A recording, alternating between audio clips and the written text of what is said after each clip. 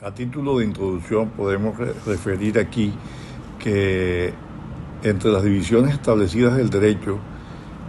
el derecho natural y el derecho positivo son como las dos variables que eternamente han generado un debate en torno a esta disciplina. Este último puede ser a la vez dividido, el derecho natural, en derecho divino y derecho histórico, sin perder de vista que ese segmento de explicación del derecho natural, es decir, el derecho histórico, hace parte fundamental de él y ha alentado, entre otras, posiciones como la de Tomás de Aquino, que más adelante exploraremos un poco y de manera breve para tratar de explicar la doctrina de este pensador. Así las cosas, se ha manifestado que el derecho natural y el derecho divino coinciden por excelencia. Sin embargo, hay algunas otras corrientes que plantean una distinción entre ambos conceptos y señalan de él que hay una gran diferencia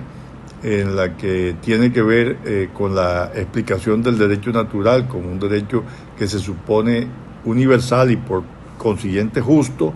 y un derecho positivo que es su contraparte, que se expone como predominantemente histórico y en consecuencia sin contenido de justicia. Asimismo, en la cúspide del pensamiento naturalista podemos engarzar la obra de Tomás de Aquino, que refleja una explicación del derecho. Vamos a hablar aquí básicamente no de filosofía, sino de filosofía del derecho, fundada en un contenido ético y moral. En ese orden de ideas explica Tomás que el derecho es una construcción derivada de la ley natural, que es el concepto moral que tienen todos los individuos acerca de las opiniones de la bondad, lo conveniente, lo positivo, lo razonable y, en fin, todo aquello que significa sociológicamente un avance de la sociedad. Es decir, en el basamento de Tomás se construye el derecho a partir de la moral. En la otra corriente, por lo contrario, la corriente kelseniana,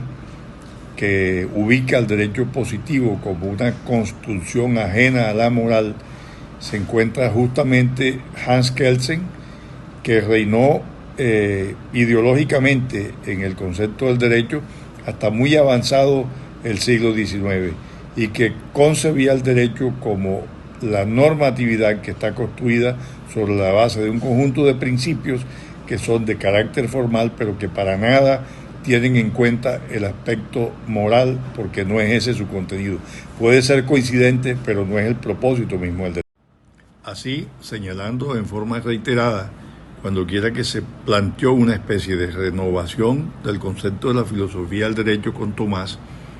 la propuesta de Kelsen se suponía bebía en la fuente del positivismo, es decir, un derecho acercado a la ciencia, neutral, independientemente de los valores y contenido moral.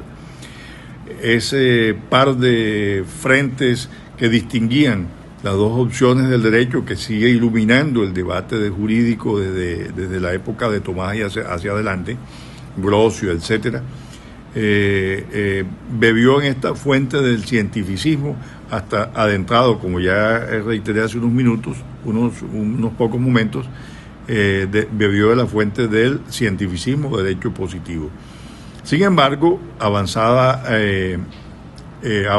el debate en materia jurídica, todo se concretó con este tipo de discusión, trajo nuevamente a colación la doctrina tomista, en la medida que con la Segunda Guerra Mundial la discusión acerca de los juicios de Nuremberg, en los que se juzgaba a los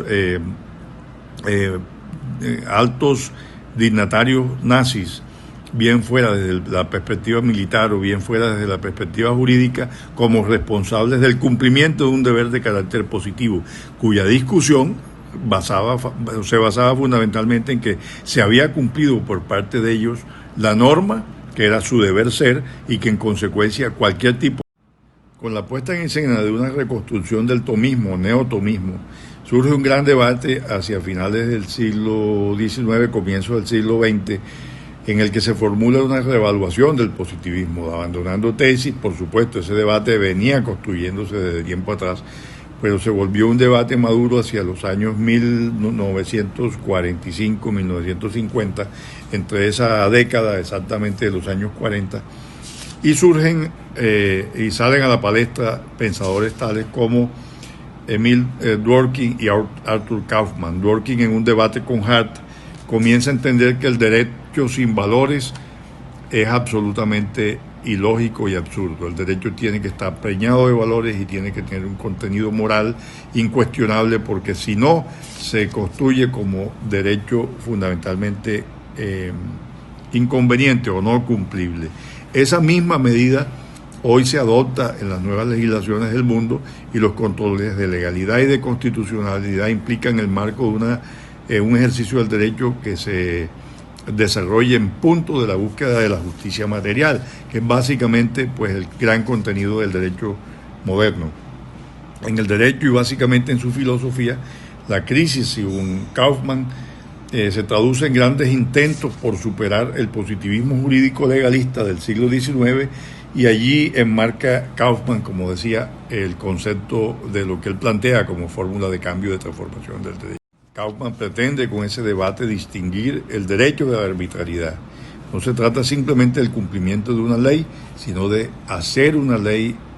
y construir una ley, pero además de su cumplir una ley que se califique en la medida en que se ajusta y en que persiga justicia material, es decir, una ley con contenido de tipo moral, con valores inmutables, con órdenes preestablecidos y de carácter eterno y constante.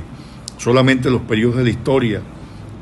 como lo señalaba Tomás, son los que podían promover mutaciones en el concepto del derecho, pero siempre entendiendo que debía estar preñado de esa actitud moral, que era lo fundamental al momento de calificar una filosofía del derecho como tal. Entonces, el iusnaturalismo concibe dos momentos íntimamente ligados: el momento ético o natural, y el que puede ser llamado derecho positivo, que es la fórmula de construcción del derecho mismo. Es decir, es una combinación de moral, pero también de la construcción metodológica de las ciencias jurídicas, como quiera que concebían tanto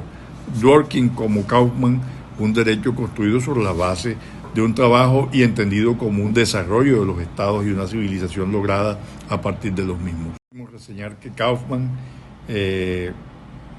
plantea sobre el derecho como los fundamentos básicos, que son la no separación del derecho de la moral, y en segundo lugar, observar al derecho como la institucionalización de la moral pública, entendiendo que para efectos de la búsqueda de la moral pública habían unos conceptos de derecho que permitían desglosarlo como una ética abstracta y general surgida de la moral personal,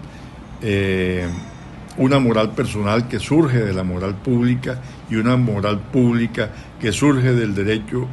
así como cuando una sociedad ha desarrollado estructuras institucionales que se protegen a sí mismas, es decir, un derecho más maduro y mucho más basado en las normas de la naturaleza misma de la sociedad y de lo que se explica como tal en los conceptos de bien, bondad y belleza.